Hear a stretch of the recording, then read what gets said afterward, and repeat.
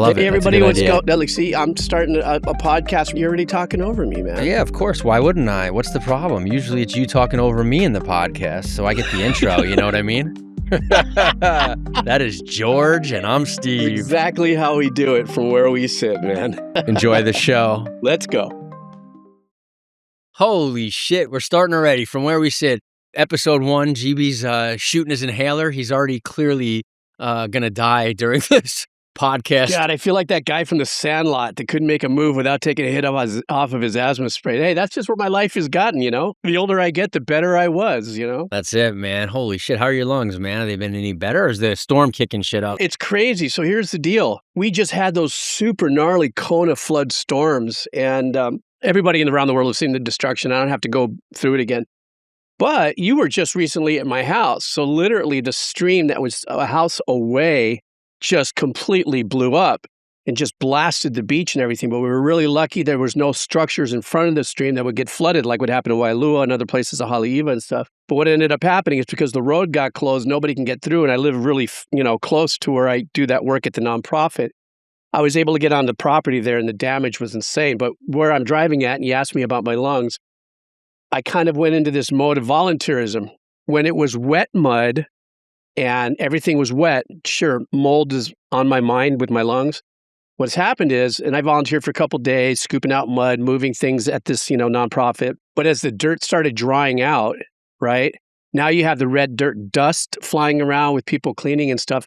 And kind of whipped into that mud are all the pesticides, all the GMO stuff, all the kyuk, are kind of woven into the dirt that's now catching airborne. So it's not just dust, red dust. It's got all this stuff that's been washed out from the flood. So I've been feeling a lot tighter in my lungs. So that's why, I have good, few hours, then I'll have an hour. I'm like going, damn, can't even breathe and stuff. So part of being old, part of having tricky lungs, that's just what it is. We talk, I think we may have mentioned or will have mentioned or will soon to be mentioning my side journey with my lungs have been tainted with very bad choices. Yeah, it's probably all of us. Very bad choices. Maybe that's the name of the podcast. Very bad choices. Very bad choices. What would be a very bad choice of yours? God, where do we begin? I think is the question on that one. I've had about 1,000. Well, think of the worst one. We don't have to age. We don't have to age it up. And when you were 8, you ate a bug or something. No. Oh man. Probably I got a good one. Moving into Witsit, because I wouldn't have met you if I didn't move into Witsit. So that's probably maybe my number one worst choice. Bruh. You're just right in there with the people's elbow. I'm just getting in there. I'm just getting in there, man. So yeah. Go ahead and hit me, man. Now that I'm 2,500 miles away and we're doing this over Zoom, you can come at me. I see how you are. Yeah. Friends for life. I'm there for you. Let's narrow it down. A bad choice where you just kind of scratch your head and just go, what was I thinking? Not like a bad choice like, lost opportunity and stuff like that, but a bad choice of could have been that one night that you met that one girl or that one time you took a heroic dose of something. Or do you have one of those? Oh, I have 100,000 of those. Don't we all have 1 million of those? Yeah. I mean, I could go into some drug-induced ones easily, but I feel like, we'll save that for later eps or whatever. Here's just a stupid good story, I guess. When I was 16-ish, I was in high school. It was snowing.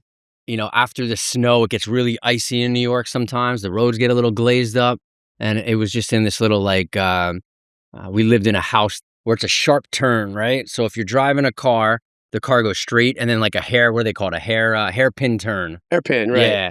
And me and my neighbor across the street get a silly idea to decide to start throwing snowballs over cars as they drive by, right? And it hits the windshield of the car. And the guy crashes into the side of, where we live, there's a curb, and he went up over the curb, and he smacks into a mailbox, takes out the mailbox, whatever. So, of course, me and the other kid, we'll leave his name out of it, go running into our houses, right? And I go in, I'm hiding in my room, and all of a sudden there's a knock at the door, and my mom's home, so I'm like, fuck.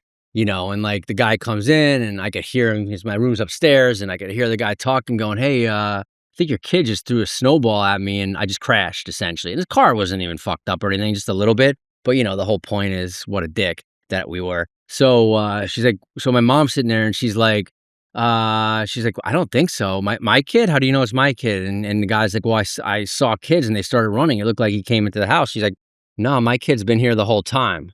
And he's like, are you sure? 'Cause I'm pretty sure I just saw him coming running in here and across the street, the other house. She's like, nope, she's been here the whole time. I could tell you that right now. The guy's like, all right, if you say so. I mean, I guess he just left it at that, right? So my mom comes up into the room and she walks in, and my mom is pretty mellow, right? Like super, super mellow. When I was growing up, actually now too, never raises her voice, nothing. She's kind of the quiet, silent one that, when she does raise her voice or do something, you're gonna be like, holy shit, I'm fucking in trouble. But all my mom did was she walked in and she just looks at me, deadpan. She's like, if you ever do that again, you're going to jail. I'm not gonna protect you. She's like, what are you fucking thinking? And my mom never curses. And I just looked at her like Wow. I had nothing to say. For a guy that has a lot to say, I had nothing to say. And she just walked away. So I felt like I just remember that story right now off the cuff because I remember just losing trust. I'm like, fuck, I just lost trust. My mom just lost trust in me, I should say. Ah, So, it right. kind of sucked because, you know, that was my mom. And then now I'm an idiot and I did stupid shit like that. I got all kinds of stories like that. Luckily we never killed anyone or anything like that, but like property destruction and just stupid shit like that all the time. So, but anyway, my mom protected me and, you know, it wasn't worth it. Good for moms. Yeah. I kind of think if she would have reported me, it probably would have been a better lesson for me, to be honest with you, if I'm looking back. But yeah, no, my mom had my back. So that's what I learned. She had my Hey, my back. mom fully turned me in when I was, I want to say about 7 years old or something. I stole a little trinket weird thing from this like little kind of lumber yard. It used to be a lumber yard. Now it's all, totally gone and everything. And I came home and I'm playing with this thing. My mom goes, "Where'd you get that?" I goes, "Where did you get that?" I took it from you. "Did you pay for that?" "No." She goes, "You come with me right now." And she takes me and the thing. It just so happened to have been just around the corner from my house. Those were the days like in the 60s, right? Where your parents didn't trip out if you walked somewhere by yourself or with a couple of friends on a busy street. You're not thinking about the things that are happening now, with the world. But I was the youngest of the three, and the other two were doing it, and I thought it was cool. And it was some kind of flint lighter thingy. I don't know. I didn't even know what it was. And she brings me in. She talks to the managers first, and the manager says, "GB, come on in." And he gave me the full, now this could be a whole, and then jail is, with a rah, rah, rah, rah. And I'm crying, and mom is like, "And will you ever do that?" "No, never stole another thing in my life." Yes, that's what I'm saying, right? That's the lesson you get. I actually, same kind of similar thing happened. I guess we're going into thievery right now. But when I was young, I mean, really young, I was probably like 10. I started my criminal days early. When I was like 10 or Sure. somewhere in that range, I was with my dad at a grocery store, Nanuet, little town, whatever. And we're in the grocery store and we're walking, where the register is, the little impulse item section. And I just wanted gum. I loved gum. I love candy. And the stupid shit is my dad would buy me the gum if I would have just asked for it. But I guess I was just excited about But taking it. But no. no, I had to steal it. So I just took a pack of, I think it was Bubblicious watermelon, if I remember correctly, because I just liked that back in the day. That and that terribly good, shitty Big League Chew. But that's just, that was fun when I you were remember playing like that. baseball or whatever. So anyway, so I steal the pack. I'm like, first time I've ever stole something. I didn't steal a ton, but I definitely stolen a handful of things in my childhood days and my youth. And I just took it, put it in my pocket, and I'm like, yes. I'm like, they didn't catch me. I got gum. I could hand some out to my friends now and look like I'm like cool and taking care of my friends. I was kind of like that kid. So I was over at the neighbor across the street, different neighbor than the story we just talked about with the snowballs. And we're just all hanging out in his backyard and kicking it. And all of a sudden my dad comes and I'm like, uh-oh. I think in my head I'm already like, oh no, I'm busted, aren't I? Why is my dad coming here right now? It's just me playing with my friends and he never just comes over like when I'm hanging out, right? So he comes in and he's like, Steven, all not happy. And he's like, let's go. And I walked across the street with him back to home. And he's like, do you have something to tell me? I'm like, no, what do you mean? He's like, do you have something to tell me? I'm like, I don't know what you're talking about. What's going on? He's like, did you steal something from the grocery store? And I'm like, what? And he's like, you got two choices.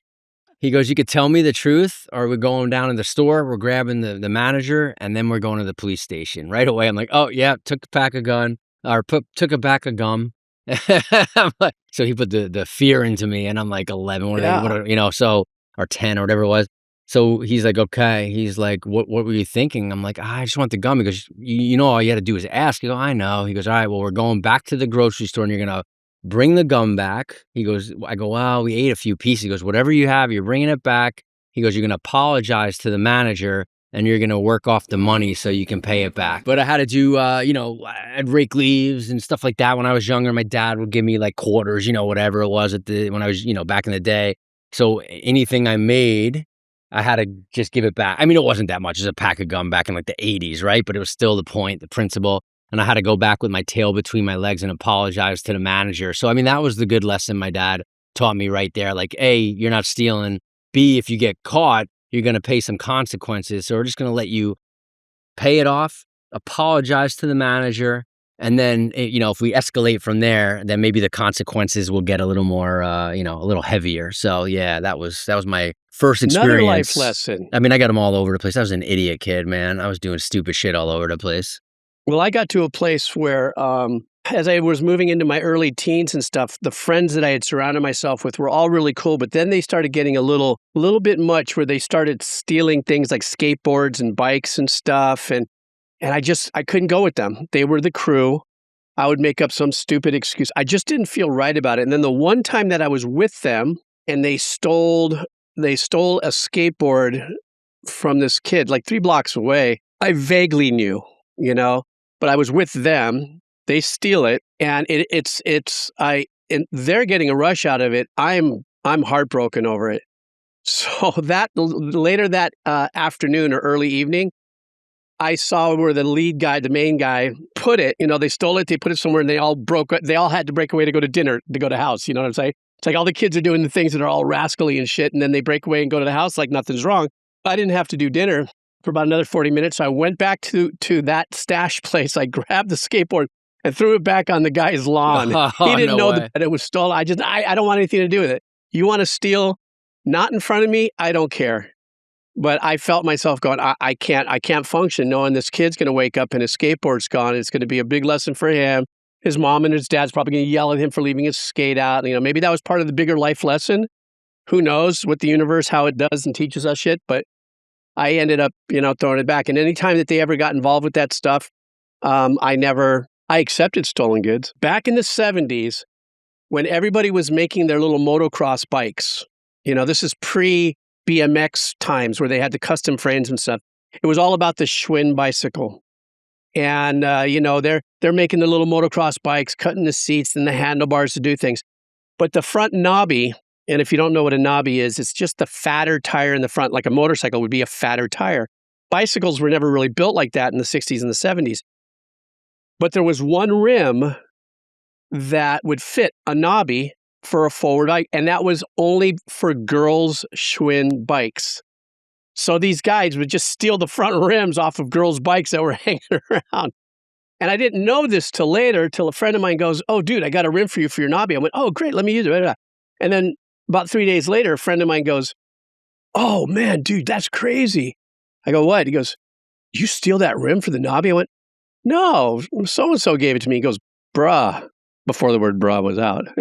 He was like, "The only way you can get a rim like that, he must have stole that off of a girl's bike in the Schwinn." And I was like, "What?" And then he explained to me the whole thing, and I looked down at the knobby and I went, "Well, it's been a few days." So you didn't care if you were the recipient, let's say, you were good with it, Yeah. but you just didn't want to be part of it, which is just kind of smart, right? Because as far as didn't want to be part of it, I'm kind of like you a little bit where after I took something or after I did something just, stupid punk kid type thing, I'd always feel guilty when I got back to like where I lived or whatever, my parents' house. So I did it, but I didn't really have the stomach for it. So I had that kind of back and forth, like, should I?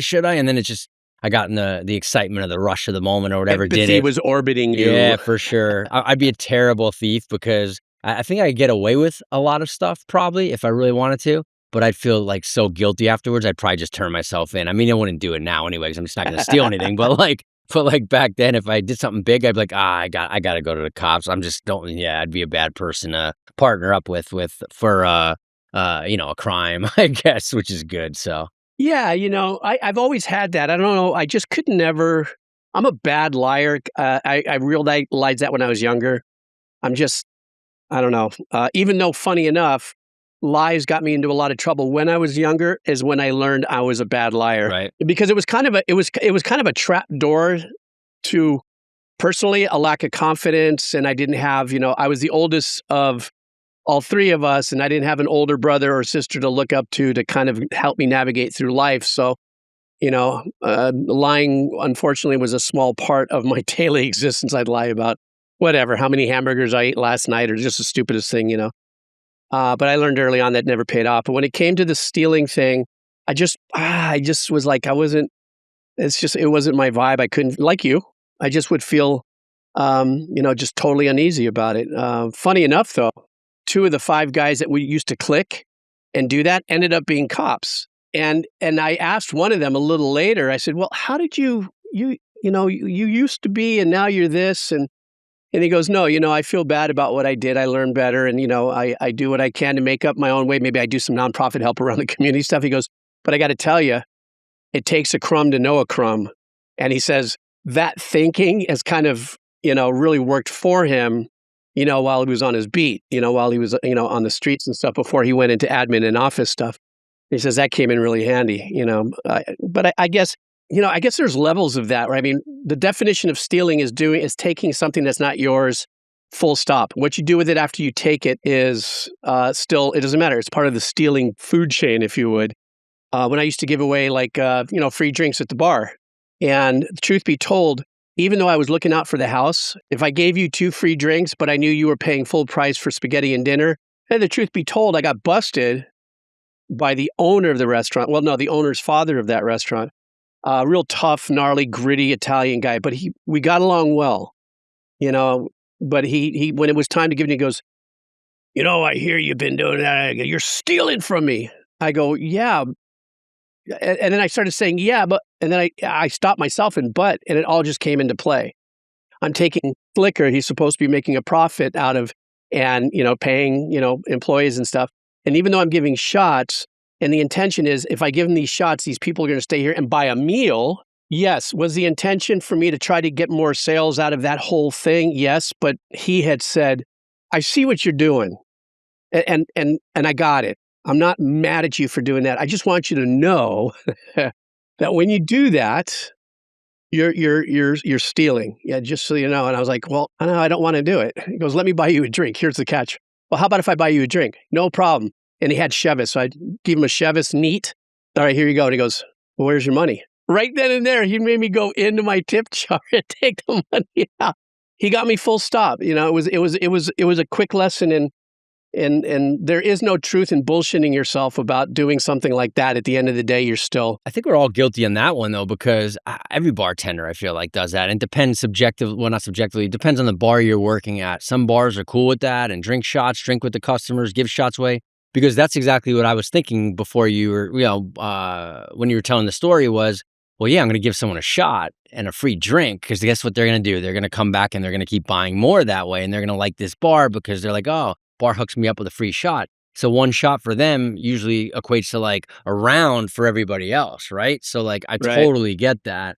You know what I mean? And I'm sure there's a level of it. You don't want to give away 100 drinks a night because then, yeah, they're going to be losing a ton of money. However, I definitely did the same thing when I bartended for a small period of time. I would be giving shots away and shit all the time because I felt like, well, why wouldn't I? Plus, to be selfish, I'm giving you a shot. You're giving me a better tip. Let's be real. So I'm also in my mind, it was also that too, right? So like, let me hook you up because you're Exactly. going to hook And me that up. You know what I mean? and that in of itself, depending on the purest look that you take a look at, even that's a form of stealing, right? So you're taking money as a tip, that money that should have gone to the house if you would have earned your regular, tip, blah, blah, blah, blah, blah. I mean, you can boil that down to the ridiculous. I think everybody who's ever given a little something extra that wasn't the owner of the business, potentially, if you're going to look at it that way, if you're going to be brought down by it, and you have a pattern of the last 2 years, you gave an extra quart of oil every other car to it, and then you amass that on, and you realize you've given away, 500 gallons of oil at the cost of $10,000, and that could be fraud of sorts or something like that. You know what I'm saying? because you're making a little extra, whether you're making a little extra as a tip on the spot or that person's going to hire you outside to be a mechanic or something, you know. Everything is about that kind of maneuvering, I think. There's a line You know, somewhere. yeah, you know, I mean, look, I even where I work right now and do my stuff at the nonprofit, I gift people entrance to the botanical gardens, and I don't get anything from it. I gift that only because, in the same token, if I'm gifting somebody entrance to the park, theoretically, I am stealing from the park. I'm sorry, the botanical gardens. But the people that I do that to, first of all, I like them. I want them to have a good time. But I also know that another good positive review or something about their experience is good for the property. So that goes back to the same thing. I give you a shot, you end up staying and order a big thing of spaghetti. Right. I let that person in the botanical garden for free. You know, the hopes is that they will speak more and better of it and draw more, you know. Once again, it'll draw back into the house. But if I make a decision like that without talking to my supervisor, then in essence, I am stealing. So now that I just said this, I'm probably going to be looking for a job in about a week. I was about to say, should we cut that out from the this episode or what? I just confessed. You're a But, thief. you know, Yeah, still. Once a thief, always a thief. That's okay. That's okay. Yeah, I can remember, speaking of thieves, I can remember the last time that I took something that I'm like, no, I'm done. I'm not doing this anymore. I was like, same. I was in high wow, school. what was that? It wasn't that crazy. I didn't get caught or anything, but I was like, oh, this just sucks. I was like 16 or something back when it was, I think we were still in tapes back then. We weren't even in CDs yet, right? Yeah. So, and you remember, you'll remember because you're like 90. There was the, Bruh. remember in the record stores and just stores that sold tapes, whatever, department stores, wherever, the tapes were enclosed in those like big white or whatever color things. And there was like the security thing, and there's these big, like long legs on them, and it was like I rectangle. completely And it was remember like that. almost Was like so a handle. obnoxious. Yeah, right? And like you walk out and it ding, ding, ding. They had like a security thing on it and all that shit. And I remember being in the Nanuet Mall when I used to go to malls and hang out in malls back in the day, right? When they were actually a thing, I guess. I don't know if they are now. And I remember being in the store. It was like a Sam Goody or something like that. And we went in and with my friend, and I'm like, fuck it. And I take one, and I put it in my shirt, and I go out, and all of a sudden it's like, dang, dang, dang. And I just start running, dude. I fucking book it out of there. I ran. I didn't know what to do. I panicked. I ran, and I just booked, and somehow I got out. But by the time they even figured it and security can come after me, I just sprinted. I ran. I never looked back. And after that, I just was like, oh, that's just, no, I'm done. Nothing even bad happened in the sense of I got caught. I got arrested, but I'm like, what am I doing? Like, what's the point of this? I lost the thrill of stealing early. You know what I'm saying? So just, again, stupid kid shit, but yeah. You know, I think everybody has some kind of stealing, thief, learning lesson moment. You know, some of them you have to go, you know, plus 20 fire damage and you end up in jail. And then some of them are the stories that we talk about, you know, and then I'm sure there's lesser ones when you stole your brother's, you know, or your sister's, or, you know, clothing and wore it or did this or something, and you learned and it hurt and you hurt the person that you stole it from. Right. And you learn your lesson. You know, I think almost everybody that I can imagine in this world, from the Pope to whomever, you know, at some point has had to learn some kind of lesson in that capacity. I think feeling that guilt, I think it's a very human thing. I think that kind of that yin and yang sign, guilt, innocence, you know, positive, negative, whatever the case is. I think guilt, I think the feeling of that is an important part of, you know, someone's journey. You know, fortunately, 90% of the people probably nip it in the bud. Right, happens when it's a kid. Sometimes it takes a couple more things, but you know, at the end of the day, for me, it's funny that we talk about this, because as we're talking about it, I'm going, oh yeah, a couple of weeks ago, I just let somebody in. You know, I guess that really does, you know, and you know, you're supposed to fill out. And once again, like your dad, I would not have had a problem had I filled out a form really quick saying, can I request a pass, you know, to get in. But it was an all of a sudden thing. And it was on a time where there was no, you know, upper management. So I was like, oh, come on. And was a local family, you know, who had actual ties to the Valley, before it became what it is now, like 30, 40 years ago. So I was like, yeah, no, because their daughter was performing in a halal dancing up the valley. And I was like, just come with me. Come on, I'll let you guys in. Go up and visit your daughter dancing in the halal. So it wasn't like I was letting somebody in and say, yeah, go ahead, knock yourself out, go play in the waterfall. No, it was a little bit more of a closer personal. You see, there you go. I'm trying to logic it out in my head. Even intellectual property, though, there's that big argument or discussion. I don't care if you're a script writer, screenwriter, musician, ceramics, visual arts, or something like that. At the end of the day, there's a really good chance that you're creating what you're creating based on you standing on the shoulders of giants, people who you've been influenced by, and then you realize I listen back to some of my music and I could say, oh, wow, there's a little Miles Davis in there. Oh, wow, there's a little John Bonham in there. Oh, wow, there's a little, you know what I'm saying? Yeah. And then you take that influence and put it out there. I don't know if that's fair to put that in the term of stealing, but, I'm obviously influenced and using something from something I learned into something that I'm going forward, potentially making money from. I don't know. I think that's a real super gray area.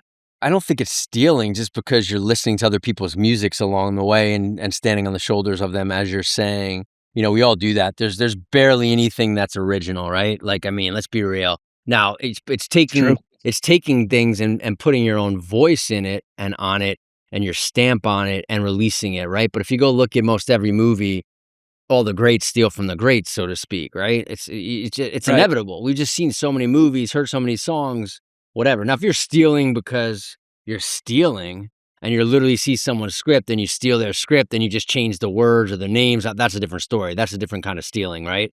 But that does happen, doesn't it? Well, I know somebody that's happened to, if that's where we're going with this one. If that was your softball. But yeah, that just had a little bit of a knuckle to it. I get a little swivel dive to it. We'll move on, but we both know who that person is. Send him my best. Yeah, we have. I mean, well, but I think we could say it without. I'm not going to say names, and I'm not going to say what script it was. And it was in the news and stuff, so people can look it up anyway. But if they knew where to look, but you're right, that's different, right? So I'll say the story without saying who it is, and he's not the only one this has happened to. This shit happens all the time, right? Or I shouldn't say all the time, but happens a lot. Yeah, I mean, someone right? A good friend of mine and somebody that you know well. Yeah, he wrote a script. Long story short, he gave it to a friend that was an assistant at a big agency out here in Hollywood. We'll leave the agency name out as well. And the next thing you know, they're saying, oh, we like this, but it's not for us. Next thing you know, a movie gets made. I remember him calling me and going, hey, have you seen this movie yet? And I'm like, no, what's up? He's like, they stole my script. And I'm like, oh, come on, man. I'm like, everybody says that. We all stand on giants like we're talking about. I go, are you serious, though? Right. And he's like, no, go watch the movie. And he's a little, I won't say paranoid, but paranoid about that kind of stuff. He's always talked about that. Like, no, I don't want anyone to read my stuff before it goes out. Someone might steal it. Like, he just was in that mode of things, right? And the truth of the matter in general is there's probably 40 scripts going around that are like yours. It's just which one gets there first, right? So, anyway, back to the story. So I go, all right, cool, I'll go watch it. So I actually went to the theater and I watched it, and I've read his script, obviously, a bunch of times, I think, because I gave notes or just whatever. I was reading it and like immediately within the first like 5, 10, whatever minutes, I'm like, they stole a script. And the examples were along the line. They were so not creative or just didn't give a shit that, blatant. There's blatant. Like they didn't, let's say they changed the names, right? Well, they did change the names, but they changed it from like Ron. This is not the names that were actually in the script, but let's say the guy's name was Ron. They changed it to Don. I'm not even kidding. It was like that ridiculous. And let's say like, I'm trying to give an example that won't give the story of which one it is. Let's say somebody broke into a federal bank that was called GB's. The bank that instead of being a federal bank, they changed it to like a regular bank that wasn't federal. It was like a smaller like county bank, and it was called like Leeby's. You know what I mean? It was like yeah. It was such minor adjustments, dialogue adjusts, of course, but like it was so blatantly his, and he actually was trying to figure out what to do, and eventually went to court, sued the studio, all that kind of stuff, and he won. It never made it to like a jury or anything like that because they settled out of court. So like he was proven right. But the whole point of the thing is, that's thievery. They literally stole his script. The dickhead that did it, because fuck you if you're doing that. and everyone that got behind it that knew that that happened. Who knows? Maybe it was just the director that did it, or the writer, director, and no one else knew. Well, clearly the agency knew, because the people that Right. actually he Yeah. Just brought the somebody over script there had to to, hand it so at out. least one or Yeah. two people at the agency knew about it. I don't know about the rest, but they made it, and the movie was huge. I mean, we're talking like probably by now billions of dollars huge, or hundreds of millions of dollars. So not only did he not get his script made, and here's the thing, he may never have gotten it made, because maybe he wouldn't have had the pull, and the agency's like, nah, we just don't like this, and it just gets sit in the shelf. But at the same time, he just, that gets made, and he's a piece of that.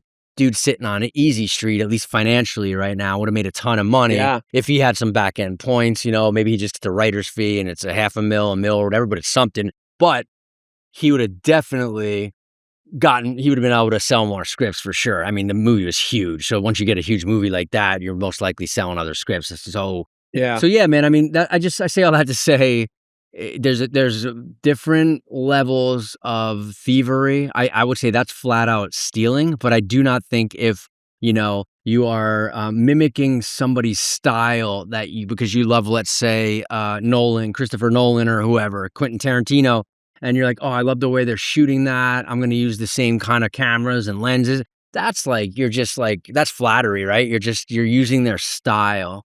You're not stealing their movie or their script or something like that. So you really, so there's a difference between theft and, just kind of borrowing Influence. ideas. Yeah, influence. I was gonna say borrowing ideas because you saw a movie and you're like, oh, I like the style, I'm going to shoot this, because they use they use 36 mil, I'm going to use, or 35 mil, I'm going to use 35 mil, or whatever. You know what I mean? Well, I think also that comes, as I'm replaying what I said to you earlier, I also think that comes from a little part of me that's struggling with, I want to try to be so authentically never heard before creative with my music, that I do, and I can't find a path to it. It's like I've played every chord pattern possible, every, configuration of chords and changes and stuff, and I'm feeling like I'm just so unoriginal.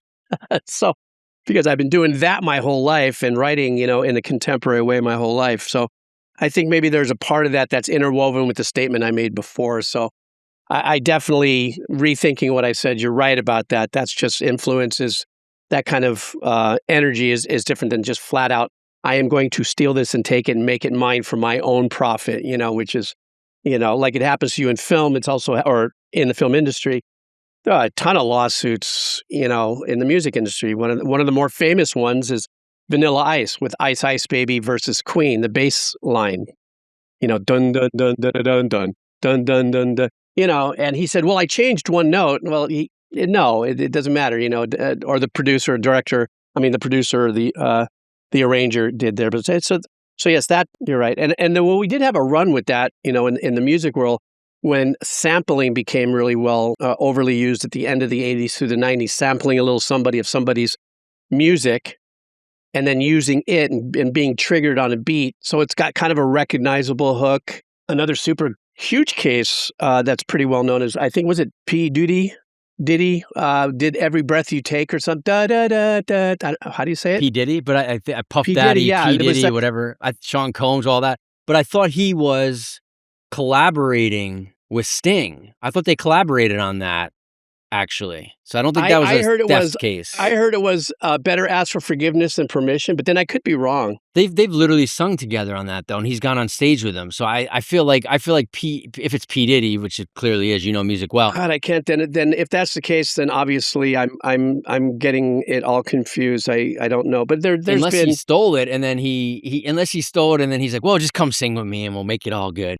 Okay, yeah. Then if that's the case, and then the whole Suno thing, though, that whole Suno thing with the AI, and I think even your industry is going through the same thing. Do we call it stealing? I would have to say yes, in the sense that AI is trained on already legitimized pieces of work, both image and music, so that it could chew on that directly and spit out content that's a derivative of the stuff they illegally put into their system by training it on visual content, for the visual AI companies to do what they do, or in this case, Suno. So, it's almost like what I said earlier, though. It's almost even your friend that got, finally at least got a little something out of it. The attitude would be well, it's better to ask forgiveness than for permission. if this thing makes $100 million and we can give that guy $25, it doesn't break our balls, you know what I'm saying, and try to get it out of there, the loss is going to be for whether it's your friend or other people. I know that it seems to be a lot of giant corporations and stuff. It's much easier to give this guy $5 million to walk away and shut up and don't say what you can't disclose it. You just walk away and pretend nothing happened. And sometimes it's large enough money where people are going, all right, fine, I don't care. I mean, Yeah, that's just what it is. I think it comes down to your morals and your ethics when it comes to all this stuff that we're talking about, right? Because you could look at the Facebook case and, supposedly Zuckerberg stole the idea from the Winklevoss twins and all that kind of stuff. But Facebook is now Zuckerberg's and he's sitting on billions of dollars. So how do you want to go after what you go after, right? I mean, to me that, it can go a lot of ways. I mean, yeah. So I think it comes down to that because there's a lot of cases where people are like, I don't give a shit. I just want to become rich and famous. And especially corporations, they got the money to fight it. They're like, well, come after us. We got billions and billions of dollars and we have our lawyers on retainers and you better come fighting with swords with us, right? I mean, I think that's just the way of the world, unfortunately.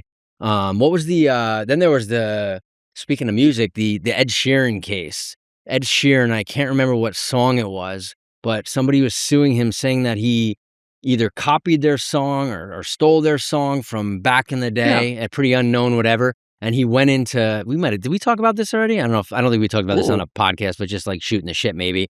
I don't recall. Yeah, and he's like, no. And he went into, the courtroom and all that kind of stuff. And he's done this actually outside of the courtroom on podcasts showing like people like us, just, when he got asked, like, look, let me show you what they're saying I did. And he broke it down where essentially you could play any pop song with like what is it, 3 different chords or 4 chords or whatever it is. So he goes, I did not. And he played his song and he played the song that they said he stole from. And then he'd go name a song right now. It's really cool YouTube, what's it called? Episode from another show. Mm-hmm. I'll send it to you. It's pretty fun.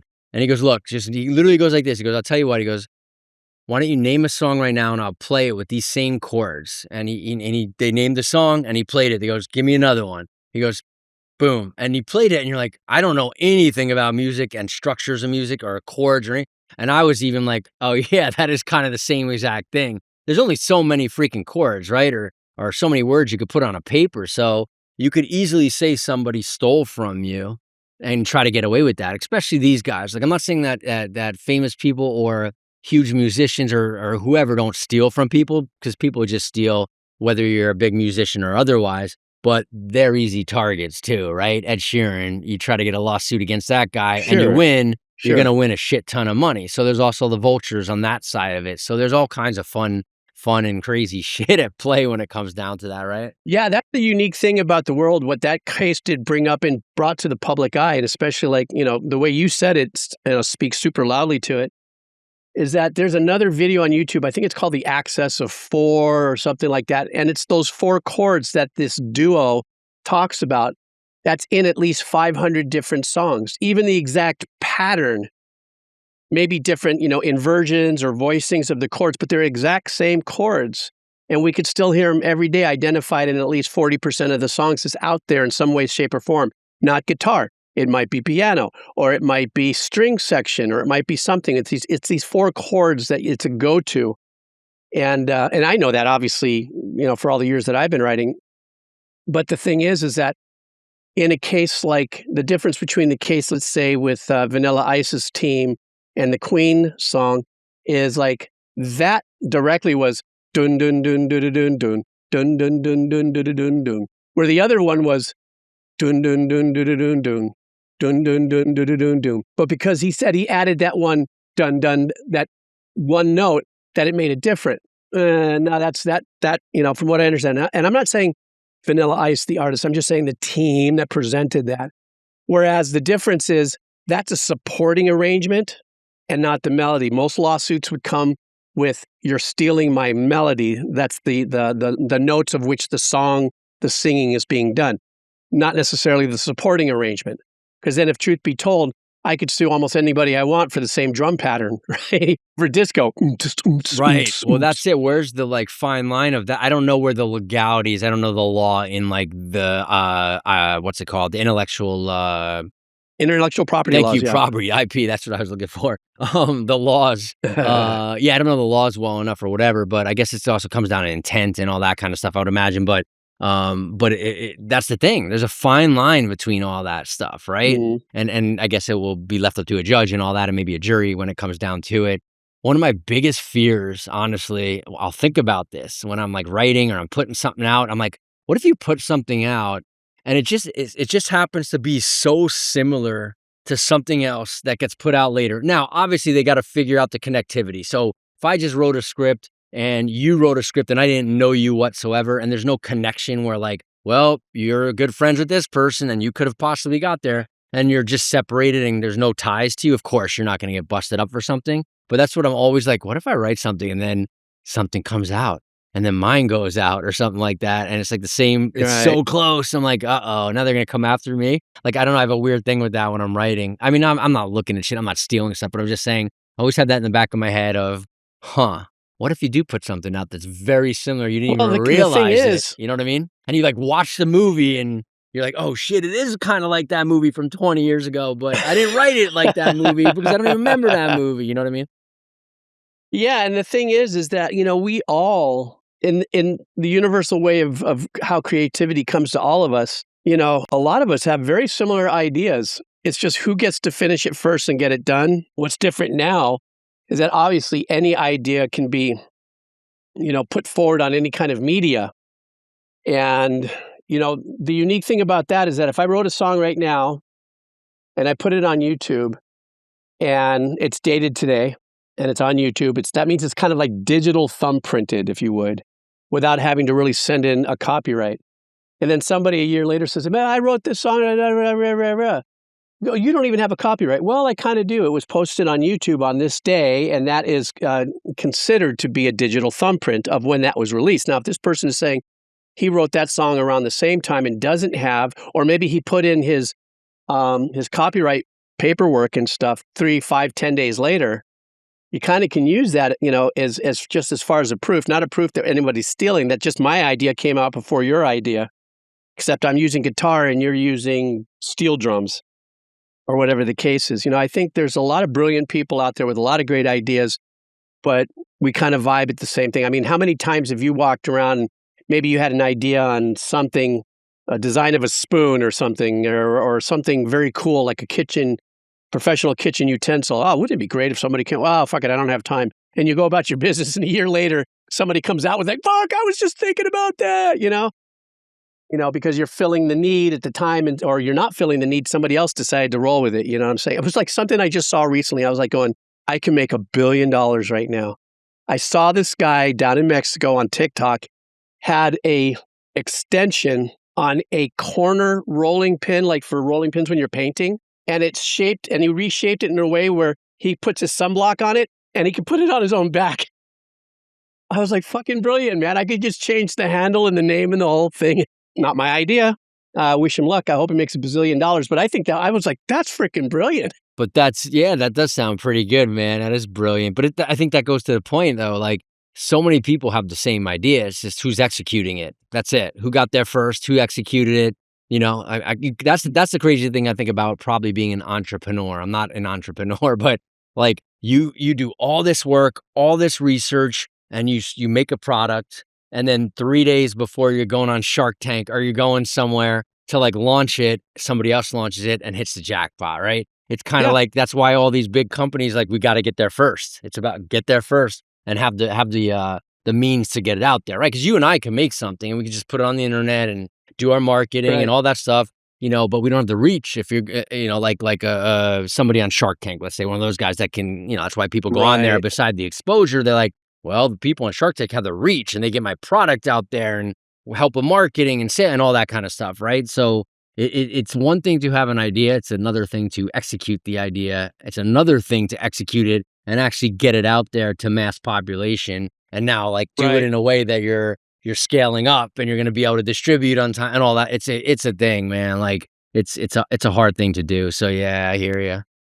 It's a unique quandary to be in, when you listen to something. Like I said earlier, I've written things as recently. I'm still having a hard time with, clearing that furball of creativity, if you would. And I'll sit down recent as day before yesterday, I turned on my DAW on my system. I'm playing some nice piano chords. I said, hey, this is really kind of nice. Maybe I'll do this. Maybe I'll do this. And I realized, oh, wait a second, I've already done that, you know.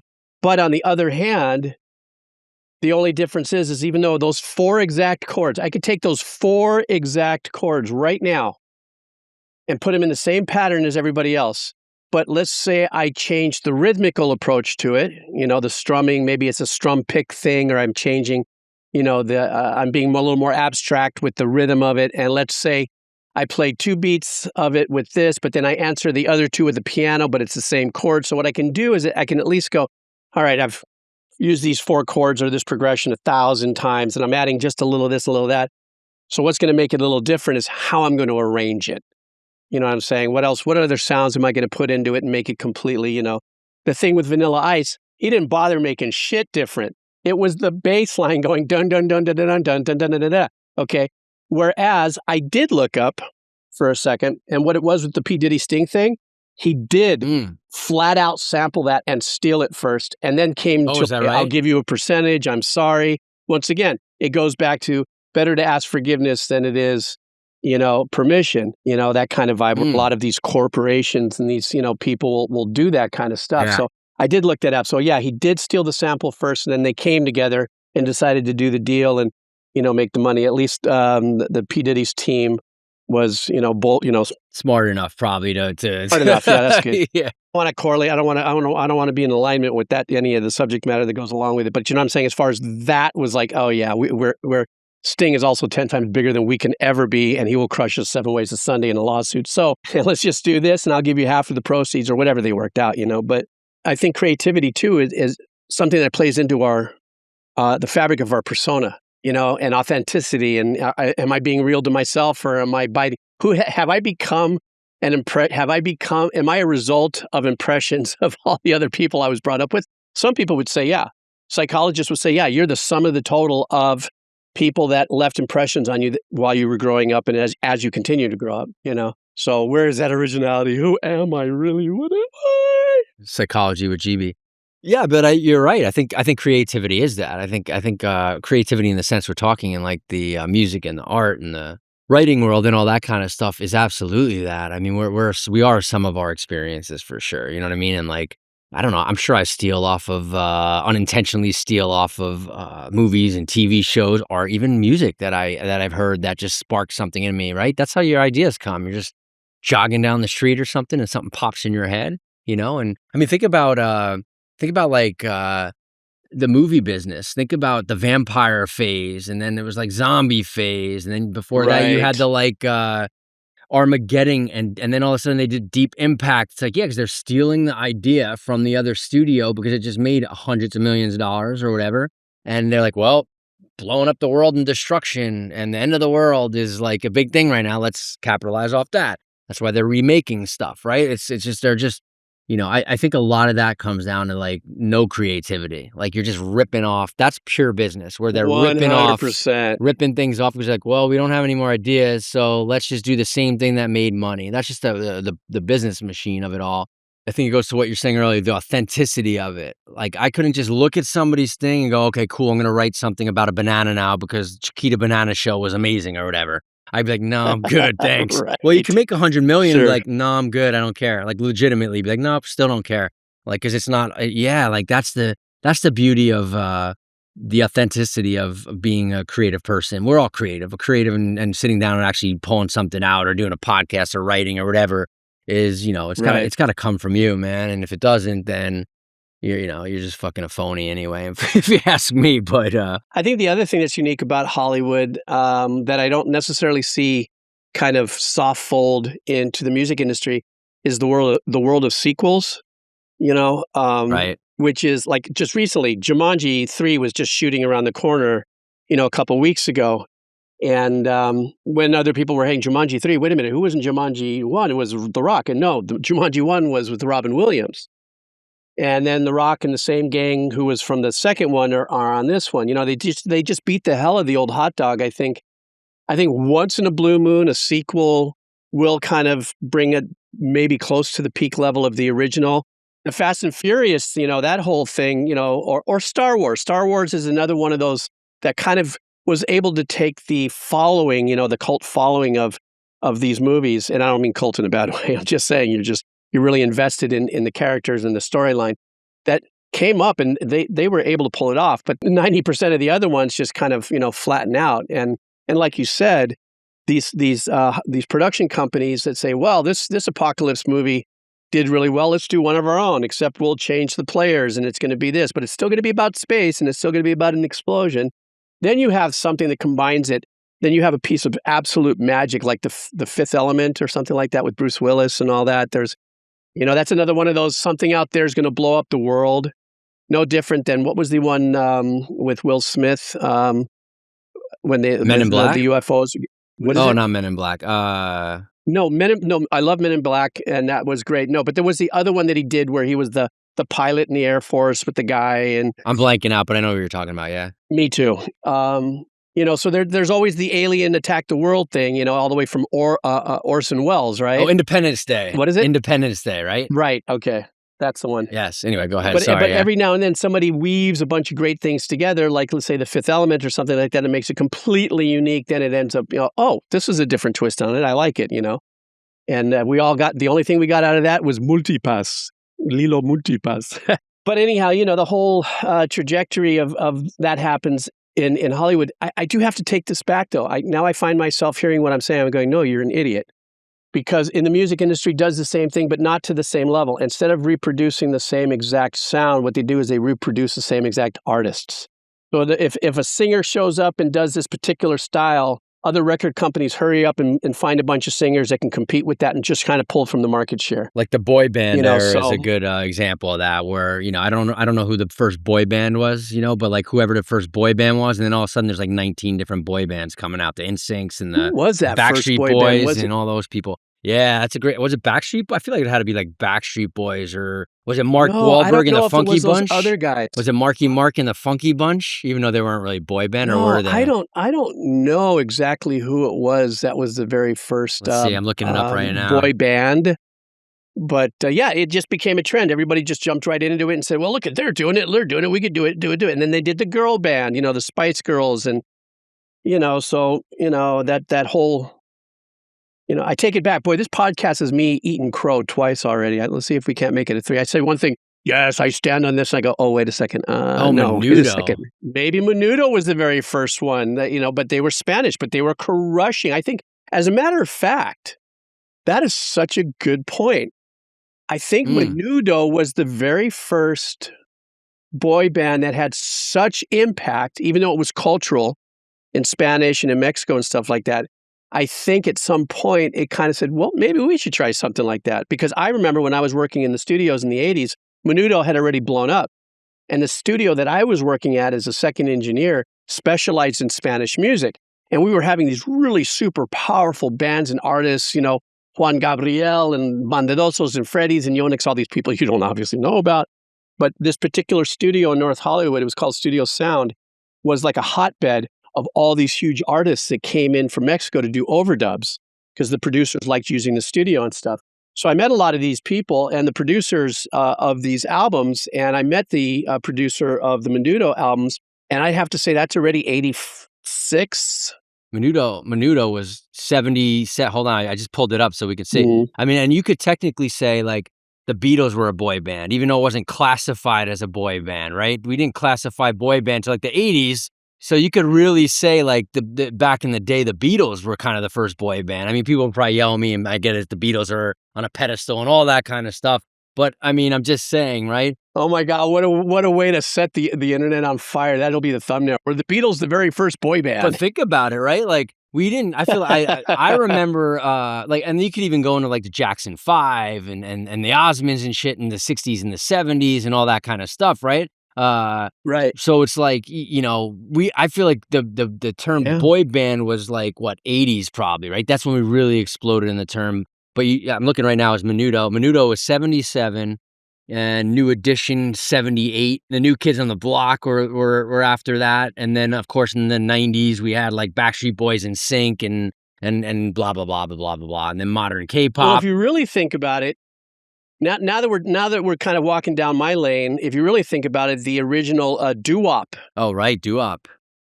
all the way back in the middle of the 20th century. You know, the doo-wop and stuff like that. You know, but I think if we're just going to circle it back and paint it into that term, boy band, marketed as boy band, you'd have to say that Menudo was probably the very first, I think, and I'm planning on having other people jump my ass in the comments and straighten me out, but that's okay. I'm not saying that I know 100%, but it just seems to be with the knowledge that I have that that was probably somebody, some record company executive in America is going, what's all those fireworks over there south of the border? What the hell's going on over there? Right, Huh, like I how don't know. good they Well, that's were. interesting. And a few years later, they come out and say, dude, there's these guys, they're just young boys, and they're singing this really campy shit, and they're killing it, and the girls are dying. We need to do this, you know? So I don't know. I would imagine that's what happened, but I mean, I feel like the term boy band was coined in, like, 80s and 90s, right? With, like, New Kids on the Block and whatnot. That's when I feel like, for me at least, I grew up in the 80s, so I feel like I remember, like, that's when I first was like, "Whoa, boy bands, what's this?" You know, and all those guys in sync came, again later on and all that kinda stuff. But you're right, I bet what happened was Menudo blew the fuck up in the '70s, and then, of course, they're like, "Well, let's replicate this in a way now we'll use American singers, you know, boy band America, and we'll start doing it that way." And yeah, I mean, that's what they do. They just replicate stuff because it works. I get it. It's a money machine for them. So Let's fast forward. K-pop and J-pop, they're just machining those people out. I mean, their talent, yeah, they're doing an incredible job as far as putting together an entertainment piece, but they beat the shit out of these kids. I don't mean physically, but they have them on such a work schedule and such, and I'm sure some of them are having a good time, but some of them have committed suicide from that intense work and that pressure and that perfectionism and stuff like that. Sure, they might be making a grip of cash based on what the common person's grip of cash is, even if they're making $2 or $3 million, whereas the corporation's making $200, $300 million per, you know, release of a certain project and stuff. And oh, you're making a lot of money, but these guys are getting their asses handed to them.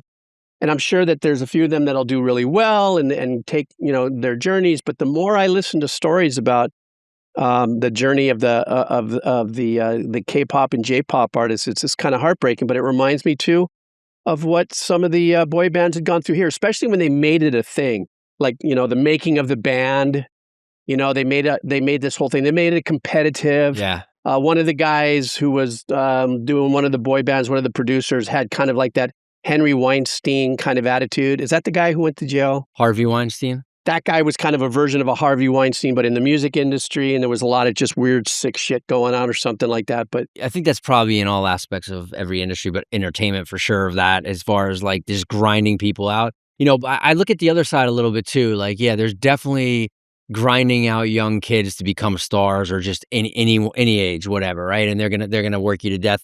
And I also look at the other side of, let's just say, like a K-pop like Blackpink, right? That's I think one of the biggest ones on the planet. Jennie and all those girls that are on that. She's now mhm, made a brand out of it where she's now shifting and she's in the power, right? So in the sense of she can do whatever she wants, I would imagine now, and she's good and she does her solo artist stuff, and I think she has like a clothing line, and so you definitely have some of these folks that are using the what's it called, the corporations or the recording studio, or not recording studios, the labels, and they're using them too, because it's like, well, cool, I'm gonna get in, I'm gonna do my thing. This is so exciting. Now they just launched me, and now I'm off to the races, and I could do whatever I want. So there's a two-way right. street to it a little bit. I'm not protecting corporations at all. You know my thoughts on corporations and the corporate world. I'm not a Sure. fan for the most Right. part. But so I think if you can get in and do what you got to do, and now you launch the platform, now you're gold if you love doing that. If that's what you want to do, and I want to be an artist. I love singing, and I just want to create in that way.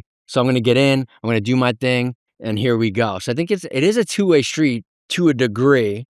Absolutely, the corporations are grinding people out, and they're making the most money out of all of it because they're the ones that are putting up the money and all that shit. But yeah, they're fucking also scumbags, and they're stealing a lot of them. So I mean, I get the both sides of it, but I do like I mean, we could go deep, even deeper into the whole, like, this one will get you into the whole, like, American Idols, where I know, like, a lot of musicians are like, fuck that, I can't believe American Idol and The Voice and all this stuff. They screwed the music industry even further forever. And it's just fake and it's bullshit. And from someone like me who doesn't know anything about that world, I'm like, I guess, but also, like, it just launched other people's career, and that's the errors that we're in. And for me, I would love to go back to like the '80s, and there's no internet, and there's no YouTube, and there's none of this shit, and just get in and grind out and go in the sense of like the traditional way of things. Because yeah, times have changed, but they Yes. changed. So you're either on board or you're not. And like if I was trying to be a musician right now, and that's what I wanted to do when I was younger, you don't have to be younger, obviously, you could be whatever age,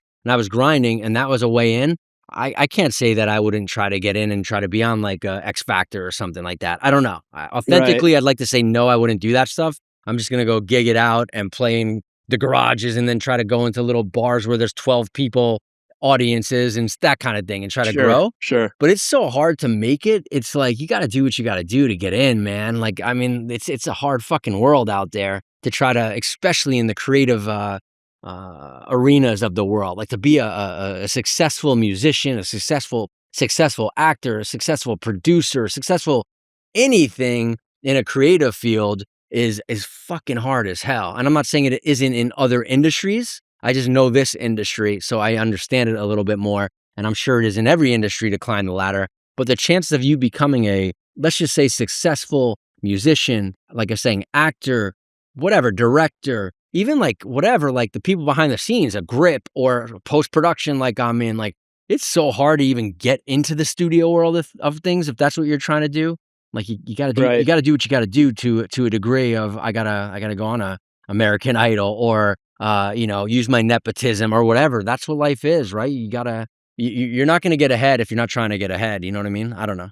No, 100%. You notice I've snagged your saying 100%. I love it. Yeah, it's just it's. I think we're just in an era where finding personal creativity and trying to find that zone and know that you come up with something in your life, whatever it may be. Doesn't have to be creative to be put out to the public and stuff. Just your own essence of who you are to try to find that authentic, non-influence aspect of your personality that in itself turns in or yields itself into a creative output or something. I just think that for me, it's been a journey in my personality, and as I know that I'm authentically who I am, and I live within my skin. And what I might consider is my character flaw is, for a lot of people, what they enjoy me being funny or whatever it is that I'm doing. Some people don't enjoy that. That's fine. But I don't dim my light because those people don't enjoy it. I'm just like, okay, well, I'm sorry. I'm not sorry, but that's how you feel about it. But at the same token, through my life's journey, when I've heard a lot of challenges that people similar to me, by far much more funny or much more everything, have had similar emotional things that I only have kept within myself that I know ignites the humor side of me, like that the protective shield or the coping mechanism of something that might be happening. I respond with humor or something like that, or as a defense or as a deflection of energy. Come to find out, I'm thinking, yeah, that's my superpower. Well, wait a second. In my journey of my life, these 6 people that I kind of look up to had identical journeys, maybe with a little bit of a differentiator and where was the trauma and where was this. And you realize, well, we're all kind of closer in this world than we think. Our individualism, only being shaped by what we are as a species with a brain and stuff like that. And let's face it, right now, what do we have? 9 billion people on the planet times the history of our species. We're talking billions of people. You know what I'm saying? Yeah. So there's going to be a lot of similarities and stuff. So at some point, you have to acknowledge, I fit the pattern of somebody that somebody might look at and say, Jeeves fits the pattern of somebody else that I know. God, you act just like that guy, a friend of mine over in Jersey, and you have the same exact mannerisms, and you have to say, oh, really? I thought I was being original. I thought I was authentically me. I thought I was, but Well, you are. Yes. No, of course I am. But sometimes when I go through my overthinking process, it's like, of course you shake that off and you just get on with it. But if you sit there and watch the fan on the ceiling spin too long, you get kind of hypnotized in that, neurotic thought process of like, what I'm just another, am I really just a lemming or whatever, but, and then you pull out of it, whatever. So, yeah. No, I get what you're saying. I mean, we're all hopefully creatively and otherwise authentic, right? And we're putting out our own stuff and we're doing our things. But again, to circle into what we were saying, of course, you're going to be touching upon subject matters and styles and looks and even dialogue from other movies that you love or you pulled from or the people that you look up to or the giants were standing on their shoulders, as you said earlier. That's just inevitable, right? So I think that part of it's okay. And to wrap this all the way back to things that I regret, right? Like, here's one for you. I think another thing that I probably would say I'd regret right now, or if that was the opening, or something that I did that was stupid or whatever is like, That's the one, yeah. yeah. It's not necessarily something specific that I did, but wrapping all the way into what we're talking about here right now as well, as far as like just going out and doing what you got to do. There's many opportunities that I had that maybe may or may not have been perceived as crossing a line of don't bother that actor, don't bother that writer, don't bother that director. You're not here to do that. You're here to do your job. And there's many opportunities that I definitely think other people would have taken advantage of. And maybe they'd be in, and I would be in right now a little further into, I mean, I don't care right now, but back in the day when I was doing the writing thing and Sure. trying to sell the scripts and all that, I absolutely could have pushed way harder on a lot of different things and been more aggressive to get what I wanted back then. And I'm not who's to say that anything would have went further anyway, but Sure. definitely those are probably on the missed opportunity podcast as well, but that will do down in the future maybe. But just saying, like, I mean, so many times I could have definitely pushed harder because that's kind of how you become who you are successfully. Is you have to grind it out and you have to push where other people aren't going to push. There's no one that's the top of the ladder if that's where you're climbing for and aiming for that hasn't pushed super hard and doesn't take no for an answer, right? I mean, it's the whole Wall Street thing, like the Charlie Sheen thing, and he finally gets into. Sure. Gordon Gekko and all that shit, the Michael Douglas character, right? And long story short, I'm Right. sure a lot of people watching this or listening to this, I mean, have seen it. And he's like, gets into the office finally, is like, so you're the kid that's called 57 straight days or something like that, right? Like, you have to do that, and I think that's part of it. So creativity only goes so far. Then you got to get your shit out there and you got to hustle and you got to grind and you can't just sit around and go, hey, I wrote a good script. I wrote a great song. And it just sits on the shelf. Unless that's what you want, you don't Right. care. Because like Right. my approach though, I will say, when I write something or even these podcasts, like if these podcasts, all they are, and I think we might have said this before offline, like if all it is you and I just get to hang out and bullshit together for a while, and it's just a great old friend that, we talk to a bunch of times a month or whatever, and this amps that up to like 10 times or whatever it is, like that's great. If it just sits on our shelf or I guess in this case, it just sits on our hard drive, so be it. Now, do I want this to get out so people can get something out of it? Of course, that'd be fantastic. And I'd love to like connect in that way with people. The same thing with scripts is the same thing with if I wrote music or whatever. Yeah. If the scripts just sit on the shelf and it's just something I'm proud of because I busted my ass on it, the rest is like hustle for sure and luck and like Right. it's just going to get out there. Then there's a script god that goes, you know what, Steve, today's your day. HBO is going to buy it or this studio is going to buy it or this whatever's going to do this or Netflix or whoever. Like that's out of our control to a degree. So I think it's like, be proud of your creativity, be original in your creativity because that is our responsibility for sure as somebody that is trying to put words on the page or Put a melody to the song. Well, I think, that I think right there is a perfect way to send it. I think what you said really kind of closed it up when we started off, what's the stupidest things we've ever done. And I think that might closely relate to the word regret, and we'll probably visit that in another podcast. yeah. But I kind of like that, though. I kind of like the stupidest thing we've ever done versus what do we regret. Yeah. It's kind of funny. Kind of a tie goes to the runner there on that one. But I like the way you kind of button this whole conversation up by saying that it's to take responsibility for your creativity, don't overthink it, continue on. And, at the end of the day for myself, the little stuff that I'm kind of writing just for myself, I'm not even writing to put it into a DAW, but I get bored and, play the ukulele and stuff and I come up with funny little lyrics and stuff. To allow myself to be funny and lighthearted and just me, my voice and an ukulele too, that's something that is I'm like, I find myself being a lot more authentic as an artist and a creative individual, that I'm doing that with a wonderful little instrument in my voice and that's it. And not thinking about all the rest of this. Am I being creative enough? Am I being this? No, I'm playing 3 freaking chords and I'm coming up with a fun melody and I'm actually starting to have a good time, which is in turn regenerating slowly but surely my motivation to write music again. Not because I want to release it to the public, not because I want to sell it to a library or something like that, but because I just feel fresh creativity coming out of it. So if there's anything to be said before we send it, is that this conversation we just had, and some of the epiphanies that we do as we talk, that's the fun thing about us talking, is that even through our journey on, on the podcast, or even when we talk non-podcast, just buddies, as we learn these things, sometimes what you learn as the words come out of your mouth, you go, did I really just say that? I did. I have to own it. I have to be authentic with it, just like you said. So, that's a great way of enlightenment to end the podcast, bro, is what I'm saying. I appreciate the kind words. I'm trying to be your guru. I'm bruh.